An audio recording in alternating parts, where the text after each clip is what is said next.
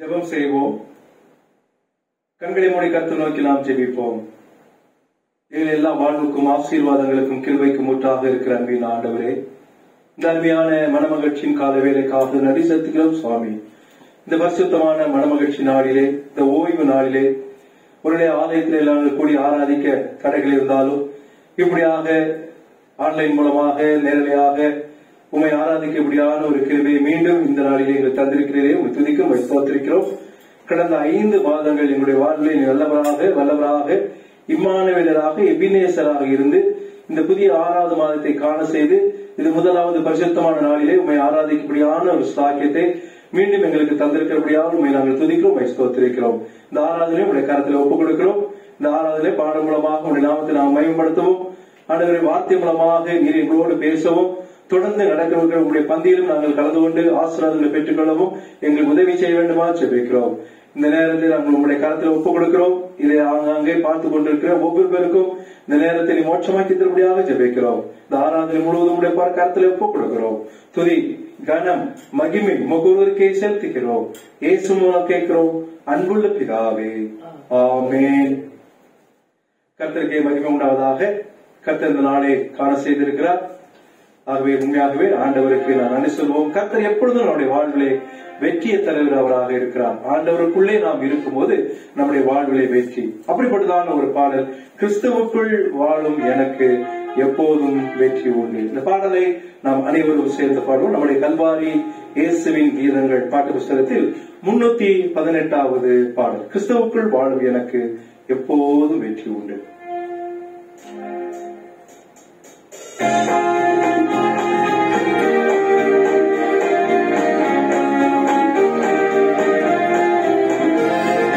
கிறிஸ்துவுக்குள் வாழும் எனக்கு எப்போதும் வெற்றி உண்டு. கிறிஸ்துவுக்குள் வாழும் எனக்கு எப்போதும் வெற்றி உண்டு. என்னென்ன துன்பம் வந்தாலும் நான் கலங்கிடவே மாட்டேன். என்னென்ன துன்பம் வந்தாலும் நான் கலங்கிடவே மாட்டேன். யார் என்ன சொன்னாலும், யார் என்ன சொன்னாலும் நான் சோர்ந்து போக மாட்டேன். நான் சோர்ந்து போக மாட்டேன். கிறிஸ்துவுக்குள் வாழும் எனக்கு எப்போதும் வெற்றி உண்டு. கிறிஸ்துவுக்குள் வாழும் எனக்கு எப்போதும் வெற்றி உண்டு. சாத்தானின் அதிகாரம் எல்லாம் என்னை பறித்துக் கொண்டார். சாத்தானின் அதிகாரம் எல்லாம் என்னை பறித்துக் கொண்டார். சிலுவையில் அறைந்து விட்டார். சிலுவையில் அறைந்து விட்டார். இயேசு காலாலை மிதித்து விட்டார். இயேசு காலாலை மிதித்து விட்டார். கிறிஸ்துவுக்குள் வாழும் எனக்கு எப்போதும் வெற்றி உண்டு. கிறிஸ்துவுக்குள் வாழும் எனக்கு எப்போதும் வெற்றி உண்டு. பாவங்கள் போக்கிவிட்டார். சாவங்கள் நீக்கிவிட்டார். பாவங்கள் போக்கிவிட்டார். சாபங்கள் நீக்கிவிட்டார். இயேசுவின் தழும்புகளா, இயேசுவின் தழும்புகளா நான் சுகமானே சுகமானே. நான் சுகமானே சுகமானே. கிறிஸ்துவுக்குள் வாழும் எனக்கு எப்போதும் வெற்றி உண்டு. கிறிஸ்துவுக்குள் வாழும் எனக்கு எப்போதும்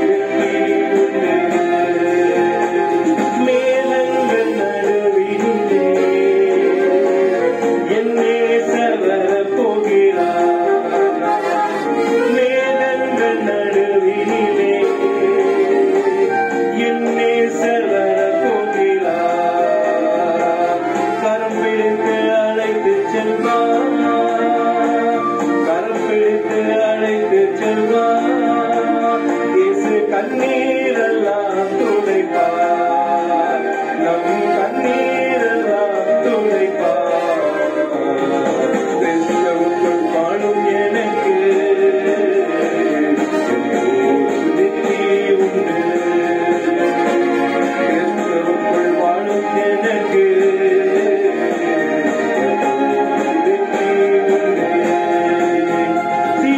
காரியங்களுக்குள்ளே நாம் நடந்தாலும் நாம் ஒருபோதும் எரிந்து போக மாட்டோம் என்று ஆண்டவர் சொல்கிறார். ஆறுகளை கடக்க வேண்டியிருந்தாலும் நாம் ஆறுகளிலும் கடப்போம் நிச்சயமாக. ஆனாலும் நாம் மூழ்கி போக மாட்டோம். இந்த பயங்கரமான உலகத்திலே தீ போன்ற சோதனைகள், ஆறுகள் போன்ற தடைகள், எரியோ போன்ற எதிராக நிற்கிற கோட்டைகள் எல்லாம் எவைகளாக இருந்தாலும் ஆண்டவர் தகர்த்து போட்டு நாம் எப்பொழுதும் முன்னோடி இருந்து வெற்றியை தருவேன் என்று சொல்கிறார். கடைசி கல்வி வீடுகளோடு பார்த்து கொண்டிருக்கிற ஒவ்வொருவரும் உண்மையாகவே ஆண்டவருடைய நாமத்தை பற்றியாக கரங்களை கட்டி உற்சாகமாய் பாடி தேவனுடைய நாமத்தை நாம்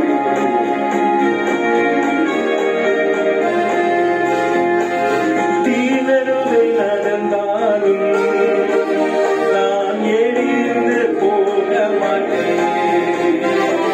தீனருவை நடந்தாலும் நான் எரிந்து போக மாட்டேன்.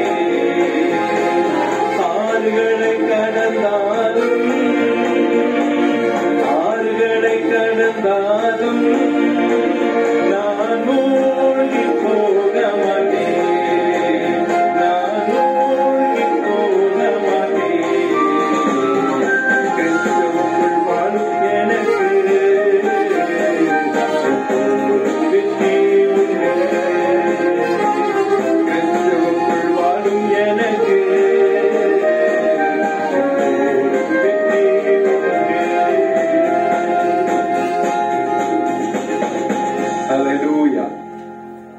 நாம் அனைவரும் நின்ற வண்ணமாக மாறி மாறி வாசிக்க வேண்டிய சங்கீதம் 46.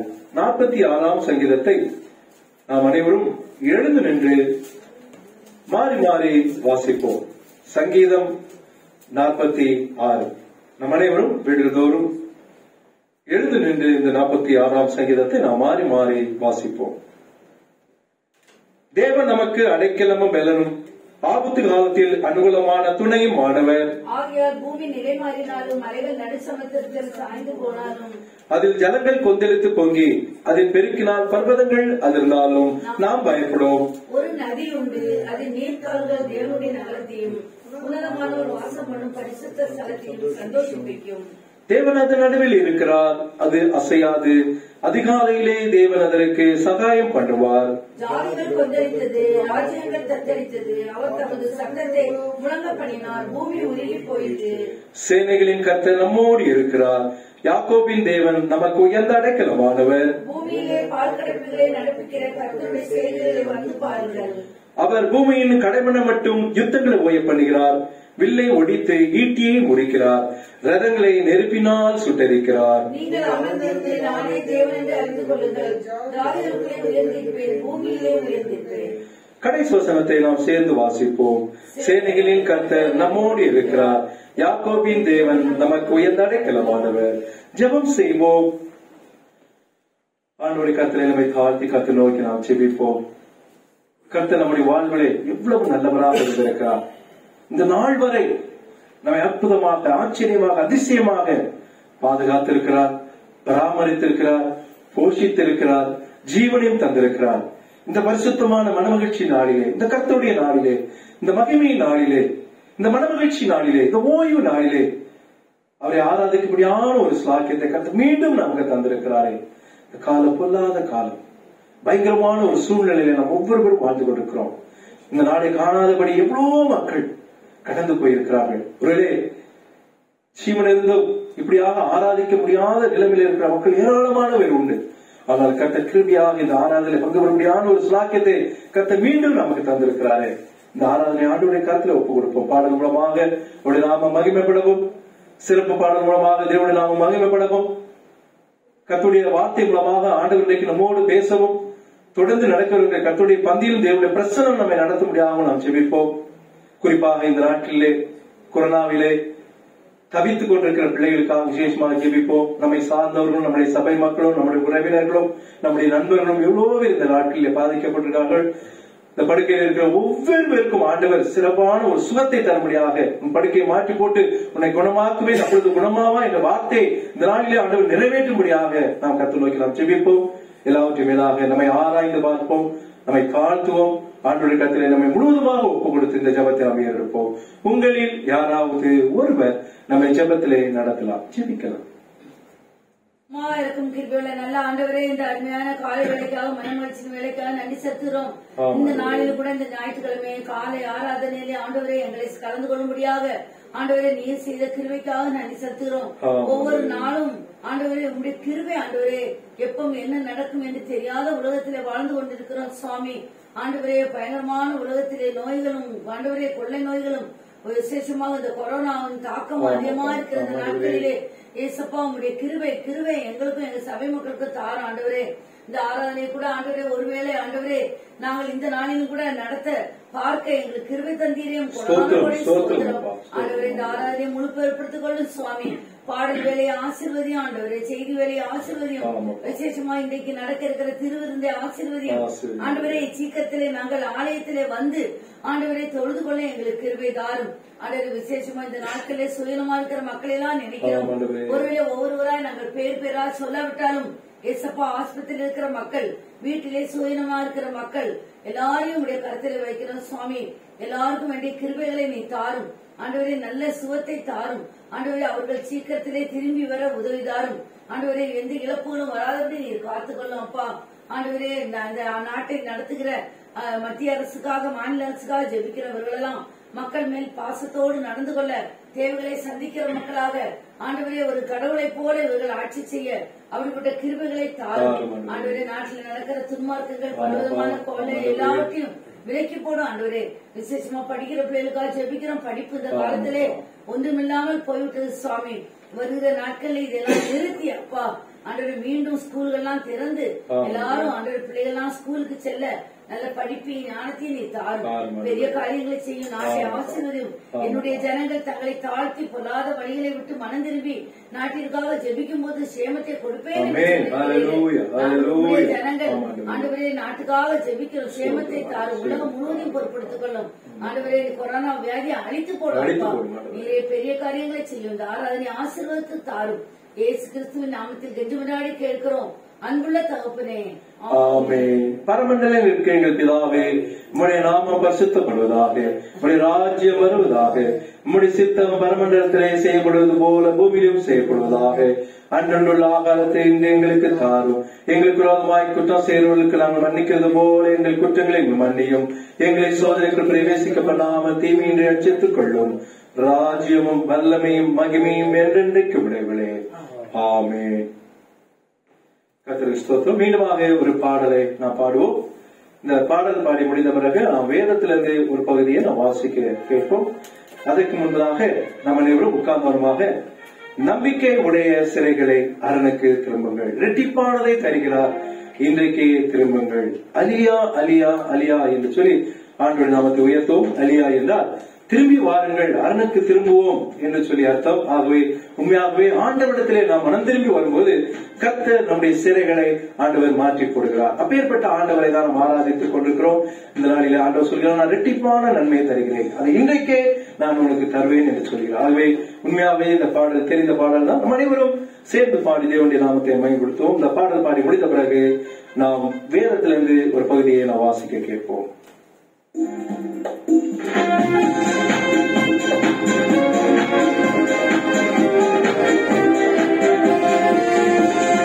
நம்பிக்கையுடைய சிறைகளே அரணுக்கு திரும்புங்கள், இரட்டிப்பானதை தருகிறார், இன்றைக்கு திரும்புங்கள்.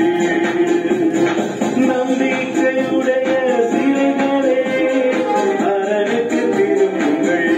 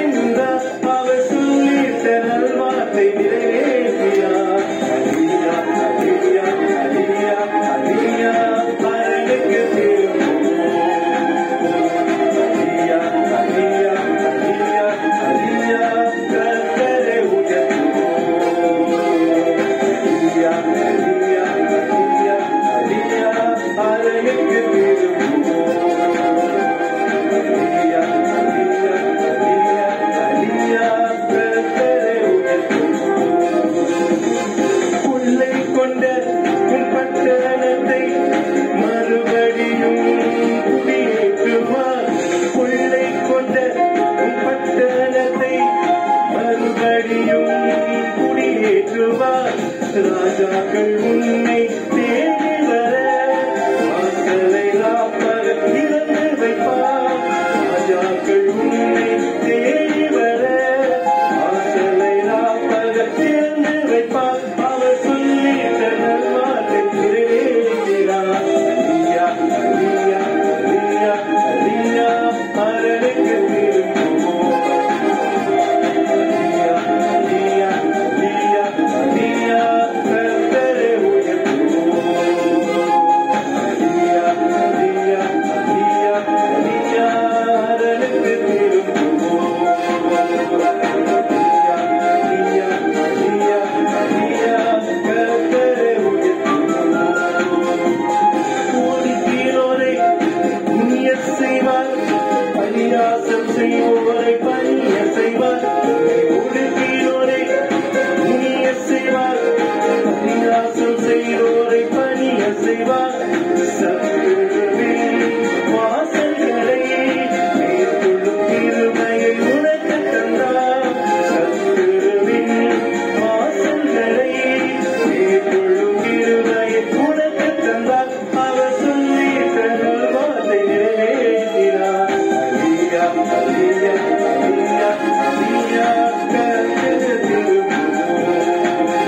அலியா அலியா அலியா அலியா கர்த்தரை உயர்த்துவோம்.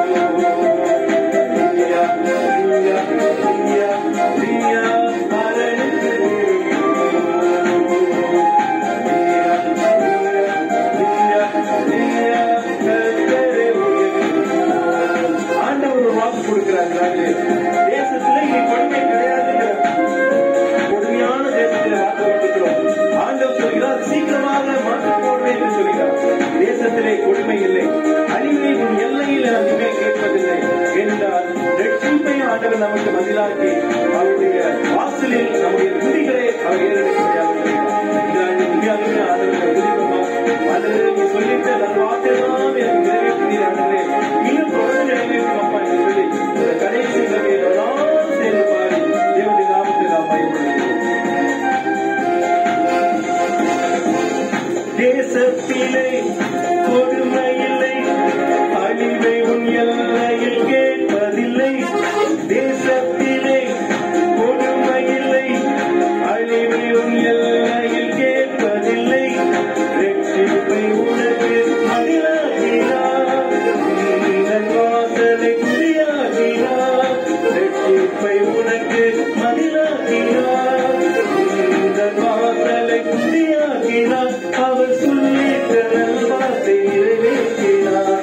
அலியா அலியா அலியா அலியா அரணுக்கு திரும்புவோம். அலியா அலியா அலியா அலியா கர்த்தரை உயர்த்துவோம். அலியா அலியா அலியா அலியா அரணுக்கு திரும்புவோம். அலியா அலியா அலியா அலியா கர்த்தரை ஹல்லேலூயா. எவ்வளவு நல்ல ஆண்டவரை நாம் ஆராதித்துக் கொண்டிருக்கிறோம். ஹல்லேலூயா. ஹல்லேலூயா. கர்த்தர் பெரிய காரியங்களை செய்வாராக. இப்பொழுது வேதத்திலிருந்து ஒரு பகுதியை நாம் வாசிக்க கேட்போம். இன்றைய வேத பாடமாக அப்போஸ்தலர் நடபடிகள் 19ஆம் அதிகாரம் வசனங்கள் 1 முதல் 7 வரை நாம் வாசிக்க கேட்போம். அப்போஸ்தலர் 19ஆம் அதிகாரம் வசனங்கள் 1 முதல் 7 வரை நமத்தில் இருக்கிற அலெக்ஸ் ஆபிரகாம் அவர்கள் வாசிக்கும்படியாக கேட்டுக்கொள்கிறேன். இந்த வேத பகுதி வாசித்து முடிந்த பிறகு பாஸ்டர் அம்மா ஒரு சிறப்பு பாடலை பாடுவார்கள். அதன் பிறகு நம்முடைய போதகர் அவர்கள் கர்த்தருடைய வார்த்தையை நம்மோடு பகிர்ந்து கொள்வார்கள். தொடர்ந்து கர்த்தருடைய பங்கியையும் அவர்கள் நடத்தி தருவார்கள். நாம் அனைவரும் ஏற்கனவே அறிவித்தபடி ஆங்காங்கே வீடுகள் தோறும் இதை பார்த்துக் கொண்டிருக்கிறவர்கள் உங்களிடத்தில் இருக்கிற பிரெட் பிஸ்கட் ஏதாவது நீங்க எடுத்து வைத்துக் கொள்ளுங்கள். ஏதாவது ஜூஸ் நீங்க எடுத்து வைத்துக் கொள்ளுங்கள். அப்பொழுது இங்கே அனுசரிக்கப்படுகின்ற இந்த திருவிருந்தை அதை அப்படியே நீங்கள் கடைபிடிக்க முடியாத நண்புடன் கேட்டுக்கொள்கிறேன். இப்பொழுது நாம் வேதத்திலிருந்து ஒரு பகுதியை வாசிக்க கேட்போம். அப்போஸ்தலர் 19ஆம் அதிகாரம் 1 முதல் 7 வரை.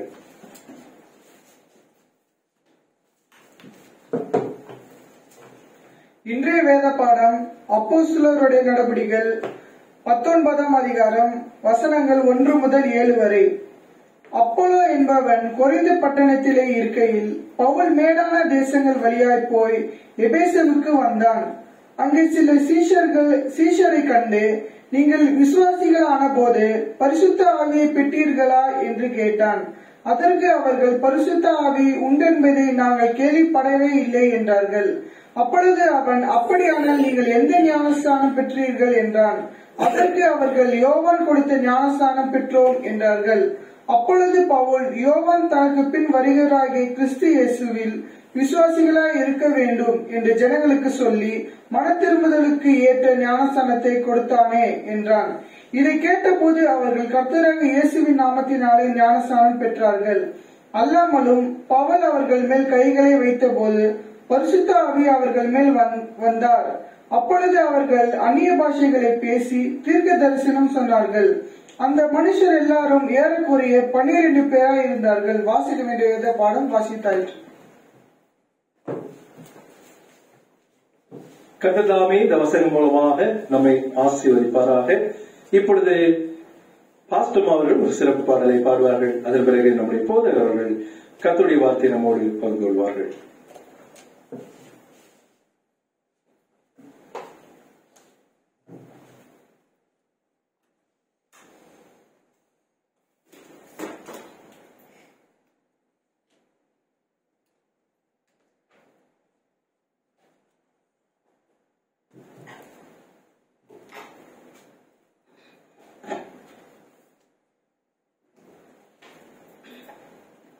கர்த்தருடைய நாமத்துக்கு மகிமை உண்டாவதாக. கர்த்தர் நல்லவர். மீண்டுமாக ஒரு ஞாயிறு ஆராதனையிலே கலந்து கொள்ளும்படியாக தேவன் பாராட்டின கிருபைகளுக்காக நன்றி செலுத்துகிறோம். ஆண்டவர் அழைக்கின்ற நேரமாக இது இருக்கிறது. இந்த உலகத்திலே எத்தனையோ அழைப்புகள் வருகிறது. பொருட்கள் விற்கிறவர்கள் அழைக்கிறார்கள், பல காரியங்களை கட்சிக்காரர்கள் அழைப்பார்கள், பல காரியங்களை செய்வதற்கு அழைப்பார்கள். ஆனால் இந்த அழைப்பு விசேஷமானது. ஏனென்று சொன்னால், ஆண்டவராய் இயேசு கிறிஸ்து கண்ணீரோடு இந்த காலை வேளையில அழைக்கிறார். கோபாக்கினே நாள் நடந்து கொண்டிருக்கிறது. சன்மார்க்கரும் துன்மார்க்கரும் அணிந்து கொண்டிருக்கிறார்கள். ஆகவே இன்றைக்கு பந்தியிலே நாம் கலந்து கொள்ள போகிறோம். ஆண்டவர் சொல்கிறார், நீ என்னிடத்திலே திரும்பி வர வேண்டும் என்கிறார். அது மாத்திரமல்ல, என்ன துன்பங்கள் வந்தாலும் இயேசுவின் அன்பை விட்டு நீ போகக்கூடாது என்று உனக்கு ஒரு எச்சரிப்பை கொடுத்து உன்னை அழைக்கிற ஒரு பாடம்.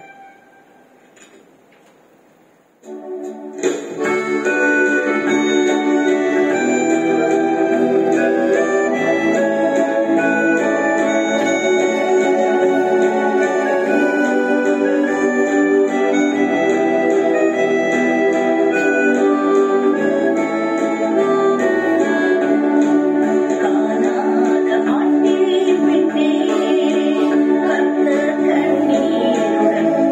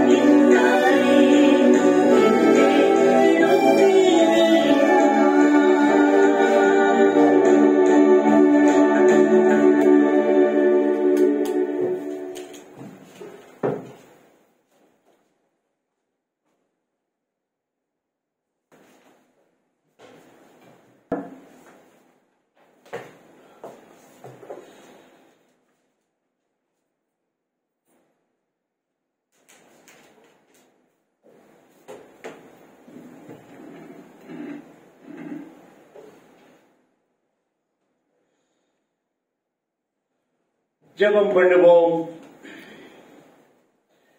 அன்புடையரின் ஆண்டவரே, பரிசுத்த பிதாவே, ஸ்தோத்திரம். ஆண்டவரே ஸ்தோத்திரம். ராஜாதி ராஜாவே, தேவாதி தேவனே ஸ்தோத்திரம். அப்பா, இந்த அருமையான ஆசீர்வாதமான மனமகிழ்ச்சி நாளுக்கு நன்றி செலுத்துகிறோம்.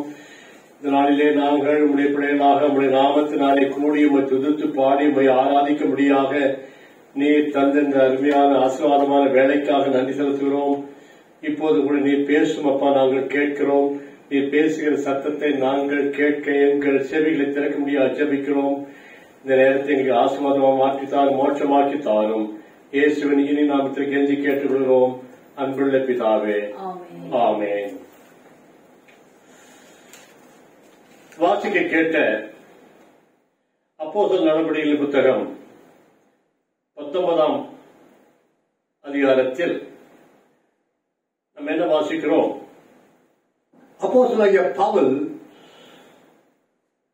எபேசு பட்டணத்துக்கு வந்தபோது அங்கே ஒரு 12 சீஷர்களை சந்திக்கிறார். அவர்கள் இயேசுவின் சீஷர்கள் அல்ல, யோவான் ஸ்நானனுடைய சீஷர்கள். அவர்கள் இயேசுவை பற்றி அறியாதவர்களாக இருந்தார்கள். அங்கே அப்போஸ்தலனாகிய பவுல் அவர்களை பார்த்து ஒரு கேள்வி கேட்கிறார். 2ஆம் வசனத்தை வாசியுங்கள். அப்போஸ்தலர் 19:2. நீங்கள் விசுவாசிகளான போது பரிசுத்த ஆவியை பெற்றீர்களா என்று கேட்டார். அதற்கு அவர்கள், பரிசுத்த ஆவி உண்டு என்பதை நாங்கள் கேள்விப்படவே இல்லை என்றார்கள். நீங்கள் விசுவாசிகளான போது பரிசுத்த ஆவியை பெற்றீர்களா என்று கேட்டார். அதற்கு அவர்கள், பரிசுத்த ஆவி உண்டென்பதை நாங்கள் கேள்விப்படவே இல்லை என்றார்கள். இங்க ஒரு கேள்வி. அப்போஸ்தலனாகிய பவுல் அந்த சீஷர்களை பார்த்து கேட்ட கேள்வி என்னவென்றால், நீங்கள் விசுவாசிகளான போது பரிசுத்த ஆவியை பெற்றீர்களா என்று கேட்டார். இன்றைய செய்தியின் தலைப்பு அதுதான். நீங்கள் பரிசுத்த ஆவியை பெற்றிருக்கிறீர்களா? நீங்கள் பரிசுத்த ஆவியை பெற்றிருக்கிறீர்களா என்பதுதான் இன்றைய செய்தியின் தலைப்பு. இதை ஒருவேளை அநேகர் உங்களிடத்திலே கேட்டிருப்பார்கள். அநேக நேரங்களிலே அநேகருக்கு சந்தேகம் இருக்கிறதை பற்றி, நான் பரிசுத்த ஆவியை பெற்றிருக்கிறேனா இல்லையா என்று சந்தேகம் இருக்கிறது. இதற்கு இந்த கேள்விக்கு 3 பதில் சொல்லலாம். பெற்றிருந்தால் ஆம், எஸ் என்று சொல்லலாம். பெறவில்லை என்றால் இல்லை, நோ என்று சொல்லலாம். ஒருவேளை சந்தேகமாயிருந்தால் எனக்கு தெரியாது, ஐ டோன்ட் நோ. அதனால இதை குறித்து நமக்கு ஒரு தெளிவு இருக்க வேண்டும். எனக்குள்ளே பரிசுத்த ஆவியானவர் இருக்கிறாரா இல்லையா என்பதை பற்றி நமக்கு ஒரு தெளிவு, இதை பற்றி சரியாக நாம் அறிந்திருக்க வேண்டும். பரிசுத்த ஆவி என்றால் என்ன? பரிசுத்த ஆவி என்றால் ஏதோ ஒரு ஆவி, ஏதோ உயிரில்லாத காரியம் என்று நாம் நினைக்க கூடாது. பரிசுத்த ஆவி என்பது அவர் பரிசுத்த ஆவியானவர், தேவன். நம்முடைய வேதம் நமக்கு போதிக்கும் தேவன் பிதாவாகிய தேவன், குமாரனாகிய தேவன், பரிசுத்த ஆவியாகிய தேவன் என்று நம்ம வேதம் போதிக்கிறது. அப்படி என்றால் 3 தேவர்களா? இல்லை, ஒரே தேவன். அங்கே அப்போஸ்தலனாகிய பவுல் என்ன சொல்லுகிறார்? 1 கொரிந்தியர் 8:6 ஒரே தேவன் நமக்கு உண்டு, ஒன்றான மெய் தேவன், ஒரே தேவன் நமக்கு உண்டு என்று வேதம் கூறுகிறது. அங்கே இயேசு ஞானஸ்தானம் அங்கே எடுத்த போது அங்கே இயேசு கிறிஸ்து இருந்தார். பரிசுத்த ஆவியானவர் புறாவை போல வந்து இறங்கினார்.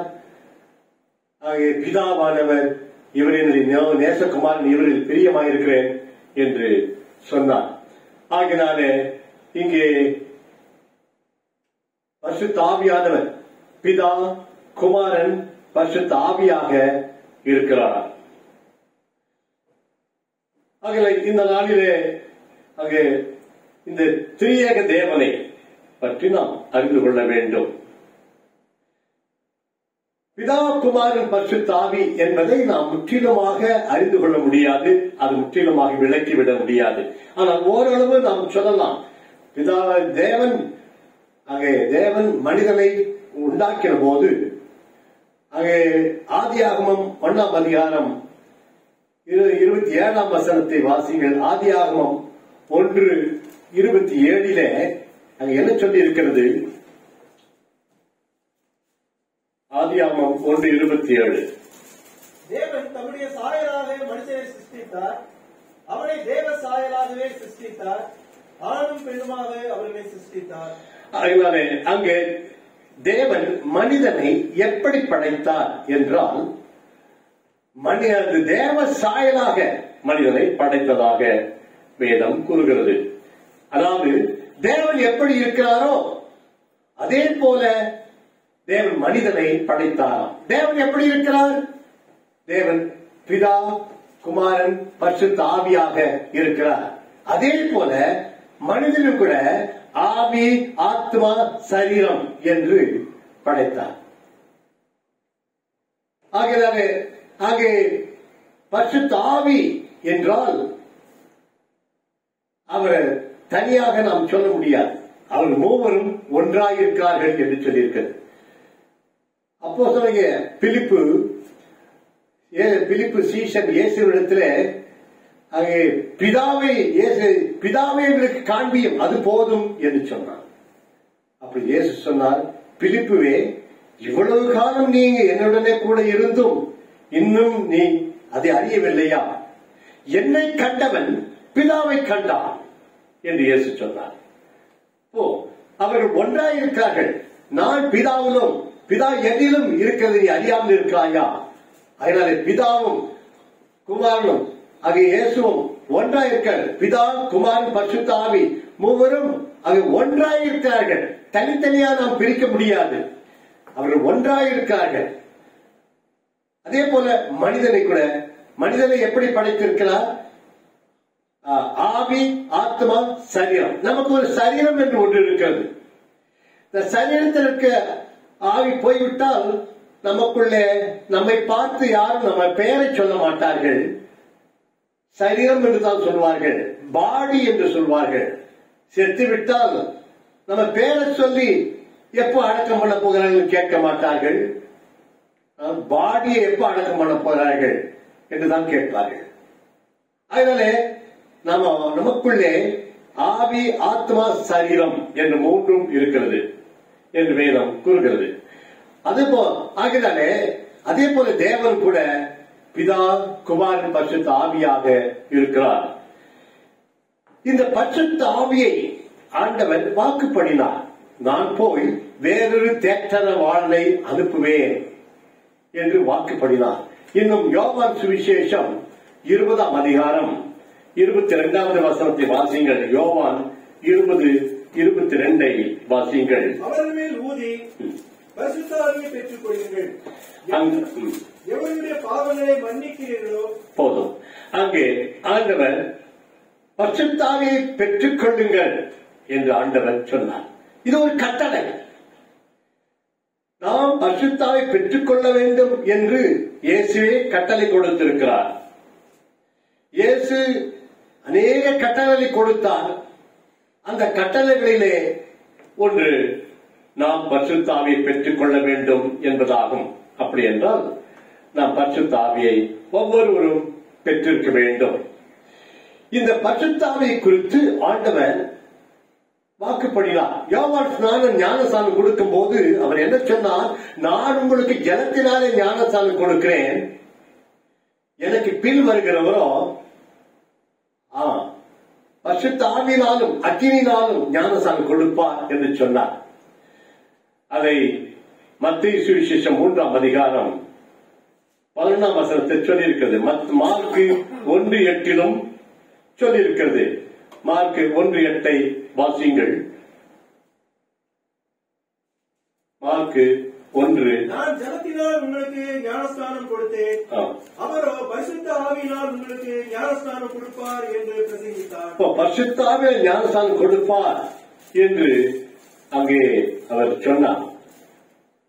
அது மட்டுமல்ல, அங்கே இந்த பரிசுத்த ஆவியானவரை பற்றி அங்கே தண்ணீருக்கு ஒப்பிட்டு பேசப்பட்டிருக்குது. ஆண்டவராய் இயேசு கிறிஸ்து சொல்லும் பொழுது யோவான் சுவிசேஷம் அங்கே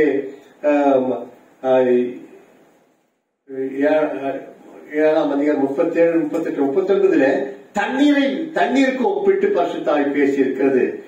இன்னும் மத்திய 25 எண்ணெய்க்கு பரிசுத்த ஆவி ஒப்பிட்டு பேசப்பட்டிருக்கிறது.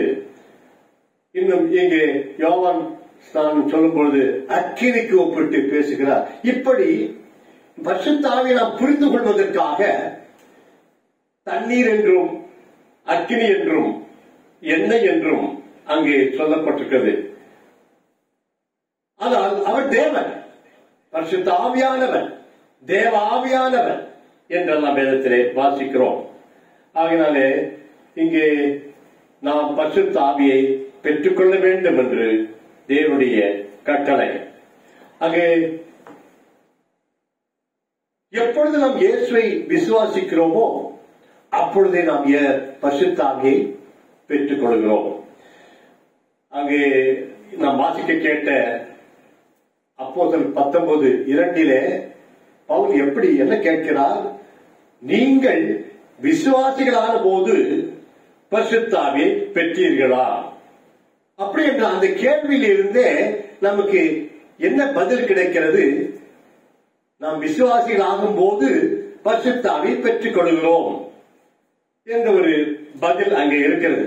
ஆகையினால ஆனால் இங்கே இவர்கள் விசுவாசிகள் அல்ல, இவர்கள் இயேசுவை விசுவாசிக்கவில்லை, இயேசுவை பற்றி அது கேள்விப்படவே இல்லை என்று சொல்கிறார்கள். பரிசுத்த ஆவியை பற்றி நாங்கள் கேள்விப்படவே இல்லை என்று சொல்கிறார்கள். ஆகினாலே இவர்கள் யோவான் ஸ்நானகனுடைய விசுவாசிகள். யோவான் ஸ்நானகனை கொடுத்த மனம் திரும்புவதற்கேற்ற ஞானஸ்நானத்தை தான் பெற்றிருந்தார்கள். இவர்கள் அந்த பரிசுத்த ஆவி பற்றி கேள்விப்படாமல், இயேசுவை பற்றி கேள்விப்படாமல் இருந்த அப்பொழுதுதான் அங்கே பவுல் இயேசுவை பற்றி சொல்லி பரிசுத்த ஆவி குறித்து சொல்லி அவளுக்கு பிதா இயேசுவின் நாமத்தினாலே அவளுக்கு ஞானஸ்நானம் கொடுக்கிறான். அவர்கள் மேல் கைகளை வைத்த போது பரிசுத்த ஆவி அவர்கள் பெற்றுக் கொண்டார்கள். ஆகினாலே இந்த வசனத்தில் நாம் என்ன அறிந்து கொள்கிறோம்? விசுவாசிகள் ஆகும் போது, அதாவது நாம் ரட்சிக்கப்படும் போது நாம் பரிசுத்த ஆவியை பெற்றுக் கொள்கிறோம். ரட்சிக்கப்படும் போது என்ன நடக்கிறது? இயேசுவை நாம் விசுவாசித்து, நாம் எனக்காக இயேசு சிலுவையில் அறையப்பட்டார், காயப்பட்டார், ரத்தம் சிந்தினார், மரித்தார், உயிர்த்தெழுந்தார், இதெல்லாம் நாம் இயேசுவை விசுவாசித்து இந்த இயேசுவை நம்முடைய பாவங்களை அறிக்கையிட்டு மனம் திரும்பி இயேசுவை நம்முடைய உள்ளத்திலே ஏற்றுக்கொள்கிறோம். அதனால இந்த இயேசுவை எப்பொழுது நம் உள்ளத்தை ஏற்றுக்கொள்கிறோமோ அப்பொழுதே பரிசுத்த ஆவியும் நாம் ஏற்றுக்கொள்கிறோம். என்றால் அங்கே பிதா குமாரன் பரிசுத்த ஆவி மூவரும் ஒன்றாக இருக்கிறார்கள். அங்கே 1 யோவான் 5வது அதிகாரம் 1 யோவான்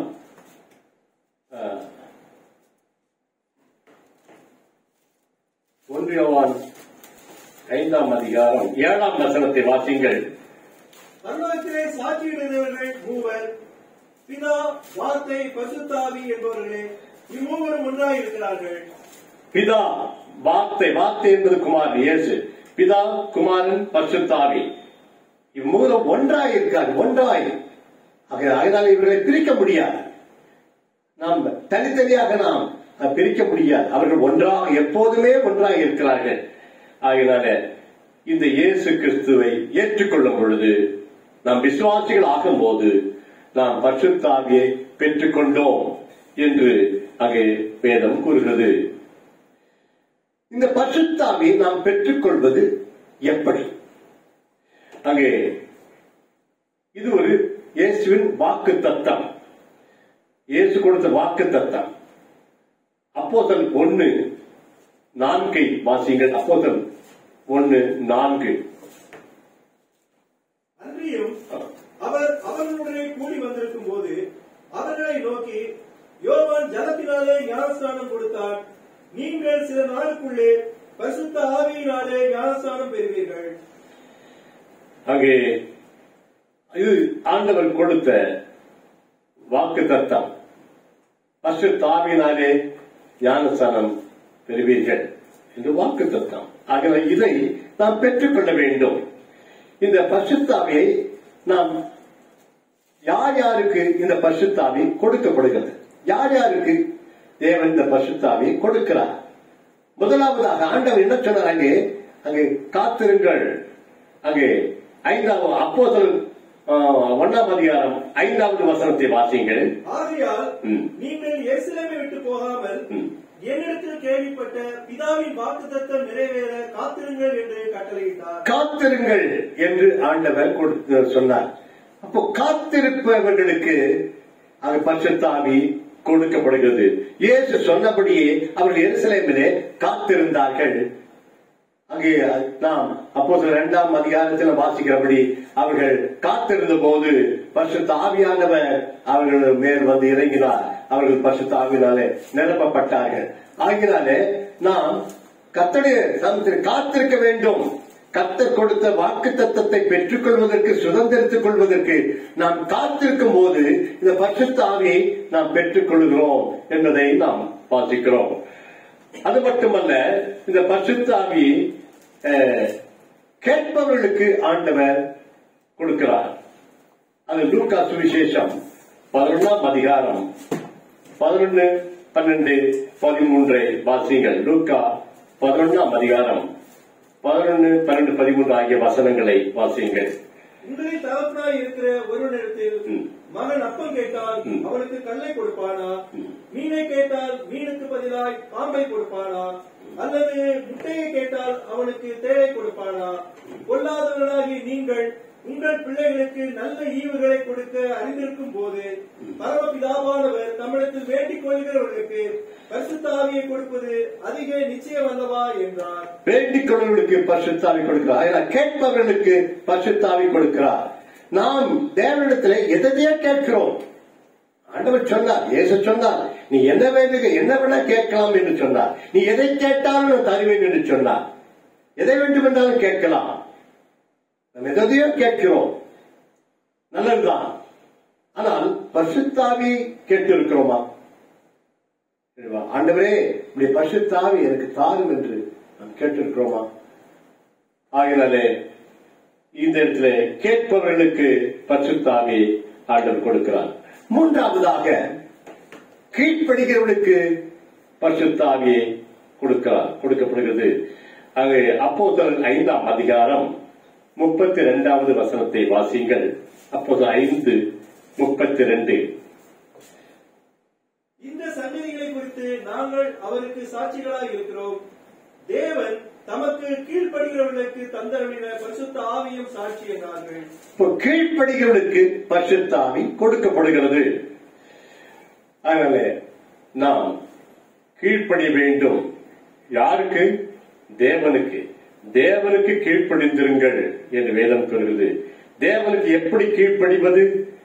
அங்கே தேவனுடைய வார்த்தை வாசிக்கும் போது, கர்த்தர் நம்மோடு பேசும்போது கர்த்தருடைய சத்தத்துக்கு நாம் கீழ்ப்படிய வேண்டும். கீழ்ப்படிய அங்கே பரிசுத்த ஆவியினாலே நாம் நிரப்பப்படுகிறோம். இங்கே பரிசுத்த ஆவியை பெற்றுக்கொள்வது என்பது ஒரு நாள் அனுபவம். அங்கே பெற்றுக்கொள்வது ஒரு நாள் அனுபவம், ஒரு முறை அனுபவம். ஆனால் பரிசுத்த ஆவியினாலே நிரப்பப்படுவது ஒவ்வொரு நாளும் அனுபவம். ஒரு நாளிலே பரிசுத்த ஆவி பெற்றுக் கொள்கிறோம். விசுவாசிகள் ஆகும் போது பரிசுத்த ஆவி பெற்றுக் கொள்கிறோம். ஆனால் ஒவ்வொரு நாளும் நாம் பரிசுத்த ஆவியினாலே நிரப்பப்பட வேண்டும். இங்கே சீஷர்கள் பெந்தெகோஸ்தே நாளிலே பரிசுத்த ஆவியினாலே நிரப்பப்பட்டார். அதுதான் முதல் முறையாக பரிசுத்த ஆவி கொடுக்கப்பட்டது. எப்படி இயேசு கிறிஸ்து முதல் முறையாக இந்த உலகத்தில் மனிதனாக ஒரு சிறு குழந்தையாக பிறந்தாரோ, அதே போல பரிசுத்த ஆவியானவர் முதல் முறையாக அங்கே என்றைக்கும் நம்மோடு கூட இருக்க முடியாக அங்கே பெந்தெகோஸ்தே நாளிலே பரிசுத்த ஆவியானவர் கொடுக்கப்பட்டார். பரிசுத்தாவை பெற்றுக்கொள்வது. அன்றைக்கு அங்கே பரிசுத்தாவை சீசர்கள் முதல் முறையாக பெற்று பரிசுத்தாவினால் நிரப்பப்பட்டார்கள். பரிசுத்தாவை பெற்றுக் கொள்ளுகிற அனுபவம் ஒன்று, பரிசுத்தாவினால் நிரப்பப்படுகிற அனுபவம் அது வேறொன்று. அதனால நாம் பெற்றுக்கொள்வது முதல் முறையாக பெற்றுக்கொள்வது அதுதான். ஆனால் நிரப்பப்படுவது ஒவ்வொரு நாளும் நாம் நிரப்பப்பட்டுக் கொண்டே இருக்க வேண்டும். ஆக நாம் விசுவாசிகள் ஆகும் போது, இயேசுவை விசுவாசிக்கும் போது, நாம் ரட்சிக்கப்படும் போது நாம் முதல் முறையாக பரிசுத்தாவியை பெற்றுக் கொள்கிறோம்.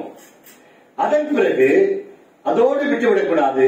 நாம் ஒவ்வொரு நாளும் கர்த்தரை பாதத்திலே காத்திருந்து அவர்களை ஜெபம் பண்ணி ஆண்டவரே வேதத்தை தியானிக்கும் பொழுது கர்த்தரை சத்தத்தை கேட்டு கர்த்தருக்கு கீழ்ப்படியும் போது நாம் பரிசுத்தாவியினாலே அங்கே நிரப்பப்படுகிறோம். ஒவ்வொரு நாளும் நாம் நிரப்பப்பட வேண்டும். அங்கே பெந்தெகோஸ்தே நாளிலே அப்போஸ்தலர் 2வது அதிகாரத்திலே 4ஆம் வசனத்திலே என்ன சொல்லப்பட்டிருக்கிறது? அவர்கள் எல்லாரும் பரிசுத்த ஆவியினாலே நிரப்பப்பட்டு என்று வாசிக்கிறோம். அங்கே அவர்கள் எல்லாரும் பரிசுத்த ஆவியினால் நிரப்பப்பட்டார். அது ஒரு நாள் அனுபவம் மட்டுமல்ல, அங்கே நிரப்பப்படுவது ஒவ்வொரு நாளும் நிரப்பப்பட வேண்டும். இன்னும் அங்கே அதே அப்போஸ்தலர் நடவடிக்கைகள் 4ஆம் அதிகாரம் 31வது வசனத்திலே நாம் என்ன வாசிக்கிறோம்? ஜெபம் பண்ணிய போது அவர்கள் கூடியிருந்த இடம் அசைந்தது. அவர்கள் எல்லாரும் பரிசுத்த ஆவியினால் நிரப்பப்பட்டு தேவ வசனத்தை தைரியமாய் சொன்னார்கள். அங்கே அப்போஸ்தலர் 2ஆம் அதிகாரத்தில் ஏற்கனவே சீஷர்கள் பரிசுத்த ஆவியினால் நிரப்பப்பட்டார்கள். இங்கே அப்போஸ்தலர் 4ஆம் அதிகாரம் 31வது வசனத்திலே மறுபடியும் நிரப்பப்படுகிறார்கள்.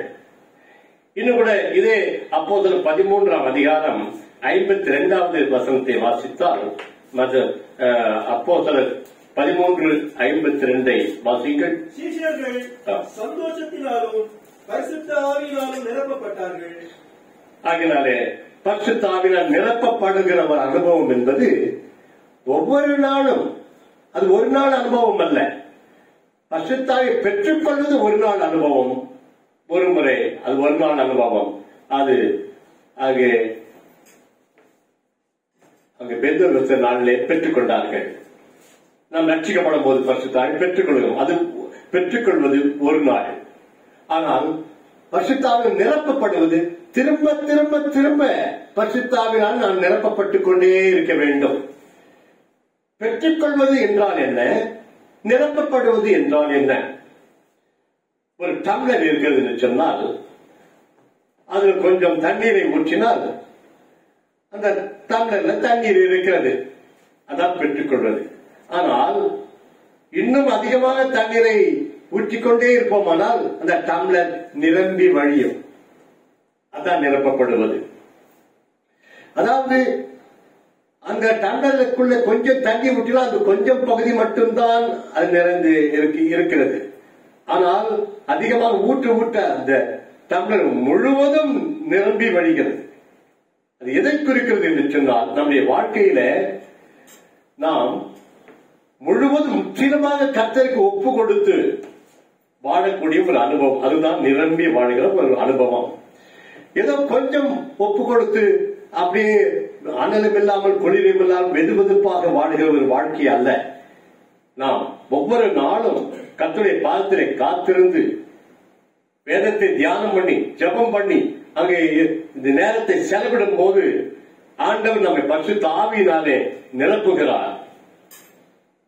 எப்பொழுதும் தேவனுடைய மனிதர்கள் எல்லாரும் அங்கே கூடி வந்தார்களோ அவர்கள் தேவனை பார்த்து காத்திருந்தார், பரிசுத்த ஆவியினாலே நிரப்பப்பட்டார்கள். திரும்ப திரும்ப பரிசுத்த ஆவியினாலே நிரப்பப்பட்டார்கள்.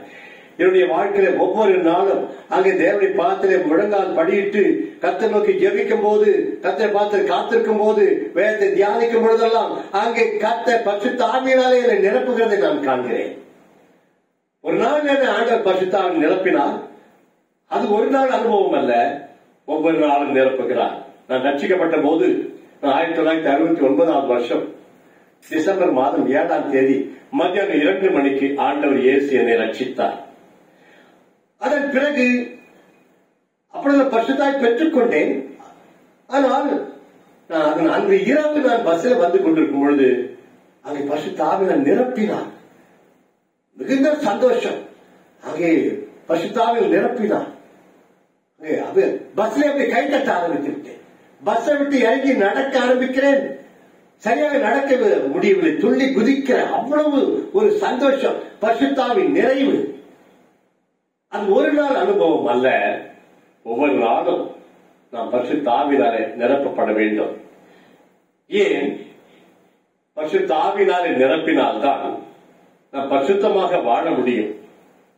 பரிசுத்த ஆவியானவருக்கு முற்றிலும் கீழ்ப்படியும் போதுதான், முற்றிலும் கீழ்ப்படிய வேண்டும், அதுதான் நிரப்பப்படுவது. அப்படி கீழ்ப்படியும் போது அந்த பாவத்தின் மேல ஜெயிக்கக்கூடிய ஒரு வெற்றி, ஜெயம் கிடைக்கும். ஆகினாலே நாம் ஒவ்வொரு நாளும் நிரப்பப்பட வேண்டும். பரிசுத்தமாய் வாழ்வதற்கு பரிசுத்த ஆவியானவர் கொடுக்கிறார். அநேக நேரத்தை நாம் விழுந்து விடுகிறோம், பாவத்தை விழுந்து விடுகிறோம். ஏன் விழுந்து விடுகிறோம்? பலன் இல்லை. பலன் இல்லாதபடியினாலே விழுந்து விடுகிறோம். பாவத்தில் விழுந்து போவதற்கு காரணம் பலன் இல்லை. பலன் கிடைக்க வேண்டும் என்றால் பரிசுத்த ஆவியால் நிரப்பப்பட வேண்டும். இயேசு சொன்னார், பரிசுத்த ஆவியினிடத்தில் வரும்போது நீங்கள் பலன் அடைந்து என்று வாசிக்கிறோம். அங்கே நீங்கள் எனக்கு சாட்சிகளாக இருப்பீர்கள். அங்கே அப்போஸ்தலர் 1:8 நாம் ஆண்டவர் மே மாதம் 1ஆம் தேதி கர்த்தர் நமக்கு கொடுத்த வாக்குத்தத்தம் என்ன? பரிசுத்த ஆவி உங்களிடத்தில் வரும் என்பது வாக்குத்தத்தம். இரண்டாவது, நீங்கள் பலனடைவீர்கள் என்பது இரண்டாவது வாக்குத்தத்தம். மூன்றாவது வாக்குத்தத்தம், நீங்கள் எனக்கு சாட்சிகளாக இருப்பீர்கள் என்பது வாக்குத்தத்தம். அப்போ பரிசுத்த ஆவி எதற்கு கொடுக்கப்படுகிறது? நாம் பலனடைய வேண்டும், சாட்சிகளாக இருக்க வேண்டும். சாட்சியா இருக்க வேண்டும் என்றால் பரிசுத்த ஆவியானவராலே நாம் நிரப்பப்பட வேண்டும். ஆகினாலே நமக்குள்ளே பரிசுத்த ஆவியானவர் அங்கே ஒவ்வொரு நாளும் நிரப்பப்பட வேண்டும். எப்படி நம்ம வண்டி ஓட்டும் போது, பைக்கோ கார் ஏதாவது ஓட்டும் போது அங்கே ஒரு முறை பெட்ரோல் போட்டால் போதாது, ஒவ்வொரு முறையும் பெட்ரோல் போட வேண்டும். அங்கே குறைந்து விட்டால் பெட்ரோல் போட்டுக்கொண்டே இருக்க வேண்டும். நான் ஒரு முறை தான் பெட்ரோல் போட்டுட்டேன் என்று சொல்லி நம்ம வருஷக்கணக்காக அந்த வண்டியை ஓட்டிக்கொண்டே இருக்கும். பெட்ரோல் போடாமலே ஓட்டிக்கொண்டே இருக்க முடியாது. குறைய குறைய நாம் அதை போட்டுக்கொண்டே இருக்க வேண்டும். அது நம்முடைய வாழ்க்கை கூட அப்படித்தான். நாம் இந்த உலகத்தை வாழும் போது, செயல்படும் போது, ஜீவிக்கும் போது நமக்கு பலன், ஆவியிலே பலன் குறைந்து கொண்டே இருக்கும். ஆண்டவர் கூட நடந்து செல்லும் பொழுது அங்கே பெரும்பாலான ஸ்திரீ வந்து ரத்தத்தை ஓலை தொட்ட போது ஆண்டவர் சொன்னார், என்னிடத்திலிருந்து வல்லமை புறப்பட்டது என்று சொன்னார். அந்த வல்லமை புறப்பட்டு அந்த பெரும்பாலான ஸ்திரீயை தொட்டது. அப்போ இயேசுவிடத்திலிருந்து வல்லமை வெளியே புறப்பட்டது. அதுபோல நம்முடைய வாழ்க்கையில கூட ஆண்டவர் கொடுக்கிற அந்த வல்லமை, பலன் நம்மை விட்டு வெளியே போய்கொண்டு நாம கத்துக்கா ஜீவிக்க போய்கொண்டே இருக்கோம். நாம் பலவீனப்பட்டு கொண்டே இருப்போம். அப்போ அதனால ஒவ்வொரு நாளும் நிரப்பப்பட வேண்டும். அதனால நாம் எப்பொழுது தேவனுடைய பாதத்திலே முழங்கால் படியில் ஆரம்பிக்கிறோமோ அப்பொழுதே தேவன் பரிசுத்த ஆவியினாலே நம்மை நிரப்புகிறார். ஆகினாலே நம்முடைய நேரங்களை அதிகமாக கர்த்தரிடத்தில் செலவிட வேண்டும். வீணான காரியங்களில் நேரத்தை செலவிடாதபடிக்கு, தேவையில்லாத காரியத்தை, தேவனுக்கு பிரியமில்லாத காரியத்திலே நம்முடைய நேரத்தை செலவிடாதபடிக்கு நாம் ஒவ்வொரு நாளும் வேதத்தை வாசிப்பதிலும், தியானம் பண்ணுவதிலும், ஆண்டவர் சமூகத்திலே கர்த்தரை நோக்கி ஜெபிப்பதிலும் ஆகிய நேரத்தை செலவிடும் போது கர்த்தர் நம்மை பரிசுத்த ஆவியினாலே நிரப்புகிறார். பலனை பெற்றுக் கொள்கிறோம். அப்பொழுது நாம் பாவத்தை ஜெயிக்க முடியும், கர்த்தருக்கு பிரியமாக வாழ முடியும், சாட்சியாக ஜீவிக்க முடியும். ஆகினாலே நாம் பரிசுத்த ஆவியை பெற்றிருக்கிறோமா, பரிசுத்த ஆவியை பெற்றிருக்கிறீர்களா என்பதற்கு அடையாளம் என்ன? உங்கள் வாழ்க்கையிலே பரிசுத்த ஆவி பெற்றதுக்கு அடையாளம் பரிசுத்த வாழ்க்கை, பாவத்தை ஜெயிக்கக்கூடிய ஒரு பலன். பாவம் செய்யும் பொழுது கர்த்தர் நமக்கு உணர்த்தி காட்டுகிறார். எந்த மனிதனும் தவறும் போது ஆண்டவர் அது பாவம் என்று உணர்த்தி காட்டுகிறார். பரிசுத்த ஆவியாருடைய கிரியைகளில் ஒன்று பாவத்தை உணர்த்தி காட்டுவது. நாம் கர்த்தரை விட்டு விலகும் போது, தவறும் போது அது பாவம் என்று ஆண்டவர் நமக்கு உணர்த்துகிறார். ஆகினாலே இந்த பாவ உணர்வு இருக்கிறதே நமக்குள்ளே பரிசுத்த ஆவியானவர் இருக்கிறார் என்பதற்கு ஒரு அடையாளம். அப்படி ஒரு தவறி விடும் போது அப்படியே பாவத்தில் இருந்து விடாதபடிக்கு அப்படியே கதறி ஆண்டவர்கிட்ட அழுது நம் கர்த்தருக்கு ஒப்பு கொடுத்து மனம் திரும்பி விட வேண்டும், கர்த்தருக்கு திரும்பி வந்து விட வேண்டும். அதுதான் உண்மையாய் பரிசுத்தாயை பெற்றதுக்கு அடையாளம். ஆகினாலே நாம் பரிசுத்தாவியை பெற்றிருக்கிறோமா? அப்போஸ்தலனாகிய பவுல் கேட்டார், நீங்கள் பரிசுத்தாவியை பெற்றீர்களா? ஆகினாலே நம்முடைய வாழ்க்கையிலே பரிசுத்தாவி ஒரு நாள் அனுபவத்தோடு நிறுத்திக் கொள்ளக்கூடாது. ஒவ்வொரு நாளும் நம் பரிசுத்தாவினாலே நிரப்பப்பட வேண்டும். கண்கள் மூடி கர்த்தரை நோக்கி ஜெபம் பண்ணுவோம்.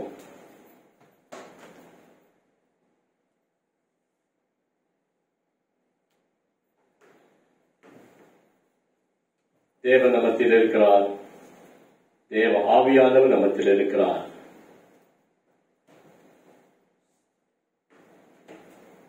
கர்த்தர் நம்மை முற்றிலுமாக ஒப்பு கொடுப்போம்.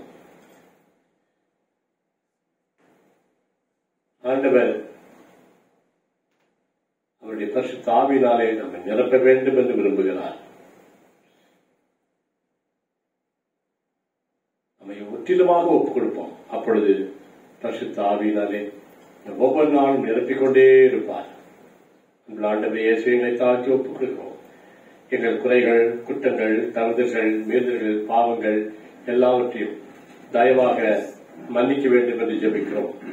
ஆண்டவரே, இப்பொழுது கூட ஆண்டவரே எங்களோடு இப்படி பேசினதுக்கு ஸ்தோத்திரம்.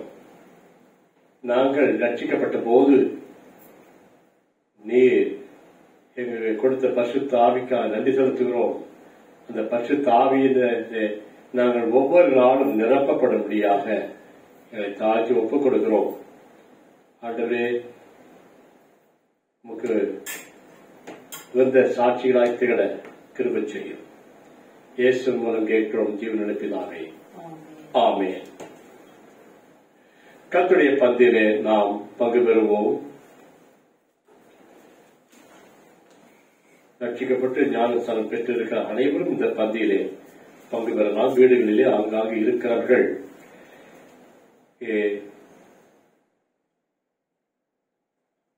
அப்பமோ பன்னோ பிஸ்கட்டு எதுவாக இருந்தாலும் வைத்துக் கொள்ளுங்கள். ஏதாவது கூல்ட்ரிங்க்ஸ் ஏதாவது இருந்தால் வைத்துக் கொள்ளுங்கள். இதில் நீங்கள் பங்கு பெறலாம். வேதத்திலிருந்து ஒரு பகுதியை நாம் வாசிக்க கேட்போம்.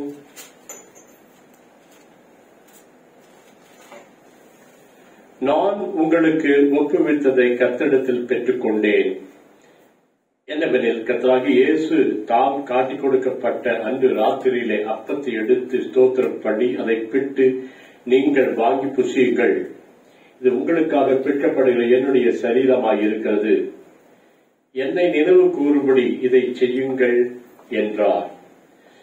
போஜனம் பண்ணின பின்பு அவர் அந்தப்படியே பாத்திரத்துக்கு எடுத்து, இந்த பாத்திரம் என் இரத்தத்தினாலாகிய புதிய உடன்படிக்கையாய் இருக்கிறது. நீங்கள் இதை பானம் பண்ணும் போதெல்லாம் என்னை நினைவு கூறும்படி இதை செய்யுங்கள் என்றார். ஆகையால் நீங்கள் இந்த அப்பத்தை புசித்து இந்த பாத்திரத்தில் பானம் பண்ணும் போதெல்லாம் கர்த்தர் மறுமளவும் அவருடைய மரணத்தை தெரிவிக்கிறீர்கள்.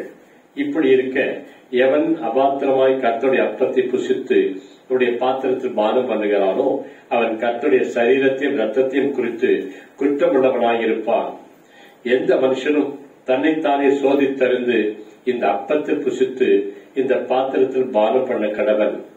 என்னத்தினாலெனில், அபாத்திரமாய் போஜனம் பானம் பண்ணுகிறவன் கர்த்தருடைய சரீரம் இன்னதென்று நிதானித்து அறியாததினால் தனக்கு ஆக்கிரத்திற்கு வரும்படி போஜனம் பானம் பண்ணுகிறான். இது நிமித்தம் உங்களில் அநேகர் பலவீனரும் வியாதியுள்ளவருமாயிருக்கிறார்கள், அநேகர் நித்தியம் அடைந்திருக்கிறார்கள். நம்மை நாமே நிதானித்து அறிந்தால் நாம் நியாயம் தீர்க்கப்படும். நாம் நியாயம் தீர்க்கப்படும் போது உலகத்தோடு ஆக்கினைக்குள்ளாக தீர்க்கப்படாதபடிக்கு கர்த்தராலே சிட்சிக்கப்படுகிறோம். ஆகையால் என் சகோதரரே, நீங்கள் போஜனம் பண்ண கூடி வரும்போது ஒருவருக்காக ஒருவர் காத்திருங்கள்.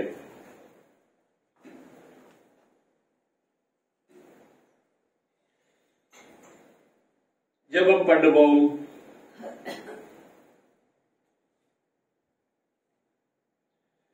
அன்புடைய அறிந்த ஆண்டவரே, பரிசுத்த பிதாவே ஸ்தோத்திரம். ஆண்டவரே ஸ்தோத்திரம். இந்த அருமையான பந்திலே பங்கு பெறைகளை நீ தெரிந்து கொண்டதுக்காக ஸ்தோத்திரம். உடைய பிள்ளைகளாக மாற்றினதுக்காக ஸ்தோத்திரம். ஆண்டவரே, இதோ உடைய பாடு மரணத்தை நாங்கள் நினைவு கூறுகிறோம். என்னை நினைவு கூறும்படி இதை செய்யுங்கள் என்று சொல்கிறேன். நான் வருமானமும் இதை செய்ய முடியாது எங்களுக்கு கட்டளை கொடுத்து ஆகினால் நாங்கள் இதை செய்கிறோம்.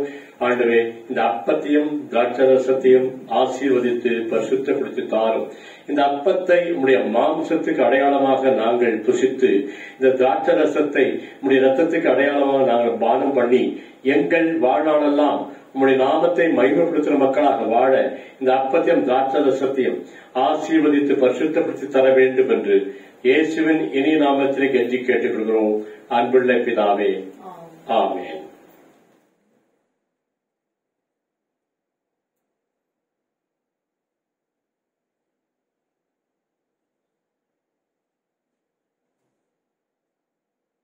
இதை நாம் புசிப்போம். கர்த்தர் நமக்காக பிற்க கொடுத்த அவருடைய மாம்சத்துக்கு அடையாளமாக இருக்கிறது.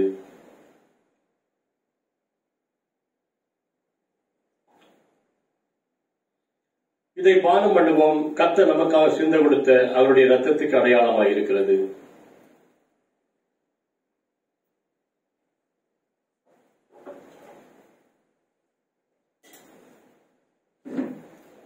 ஜெபம் பண்ணுவோம். அன்புடைய ஆண்டவரே ஸ்தோத்திரம். அருமையான ஆசீர்வாதமான மனமகிழ்ச்சி நாளுக்காக நாங்கள் நன்றியை தெரிவித்துக் கொள்கிறோம். இந்த பந்தியிலே பங்கு பெற்ற நாங்கள் உமக்கு வந்த சாட்சிகளாக திகழ உடைய நாமத்தை மகிமைப்படுத்துகிற மக்களாக வாழ எங்களுக்கு உதவி செய்யும். விசேஷமாக சுகவீனமாக இருக்கிற மக்களுக்காக நாங்கள் ஜெபிக்கிறோம். வியாதியிலே ஆஸ்பத்திரியில் இருக்கக்கூடிய மக்களுக்காக ஜெபிக்கிறோம். ஆண்டவரே, அருமையா சௌரியம் வி ராஜன் அவர்களுக்காக ஜெபிக்கிறோம். அவரை தொட்டு குணமாக்கும், சீக்கிரமாக பரிபூர்ண சுகமடைந்து வீட்டுக்கு வந்து சேர இக்கிருபை தரம்படியாக ஜெபிக்கிறோம். ஜானகிராமனுக்காக ஜெபிக்கிறோம். அவனை கூட தொட்டு சுகப்படுத்தி வீட்டுக்கு சுகத்தோடு வந்து சேர கிருபை தரம்படியாக ஜெபிக்கிறோம். சந்திரனுடைய மனைவி பாரதி அவர்களுக்காக ஜெபிக்கிறோம். அவர்கள் கூட ஆஸ்பத்திரியில ஆண்டவரே கூட துணையாயிருந்து அது சீக்கிரமாக சுகம் பெற்று வீடுக்கு சுகத்தோடு வந்து சேர்ந்து உடைய நாமத்தை மழைப்படுத்தி கிருபை செய்யும். சுகீனம் இருக்க எல்லா மக்களுக்காக நான் ஜெபிக்கிறோம். சீக்கிரமாக இந்த கொரோனா வியாதிக்கு ஒரு முடிவை நீ தரும்படியா ஜெபிக்கிறோம். இனிமே கொரோனா இல்லை என்று சொல்லும் அளவுக்கு ஆண்டவரே இந்த காரியங்களெல்லாம் மாற்றி அமைக்க முடியாது ஜெபிக்கிறோம். கடையடைப்புகளெல்லாம் மாற்றி அமைக்க முடியாது ஜெபிக்கிறோம். நாங்கள் வழக்கம் போல நாங்கள் உங்களுடைய ஆலயத்தில் கூடியமை ஆராதிக்க முடியாத அப்படிப்பட்ட நாட்களே எங்களுக்கு தருமையா ஜெபிக்கிறோம்.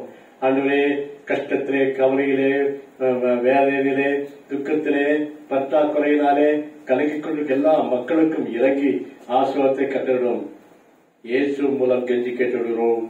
அன்புள்ள பிதாவே, ஆமென். நம்முடைய கர்த்தராகிய இயேசு கிறிஸ்துவின் கிருபையும் பிதாவாகிய தேவனுடைய அன்பும் பரிசுத்த ஆவியானவருடைய ஐக்கியமும் நம் அனைவரோடு கூட என்றும் என்றும் சதா காலங்களிலும் இருப்பதாக. ஆமென். ஒன்றாக ஆகி சேகேர திரியேக அவனாகிய பிதா குமாரன் ஆவிக்கே மதோதேர வண்டாகவே.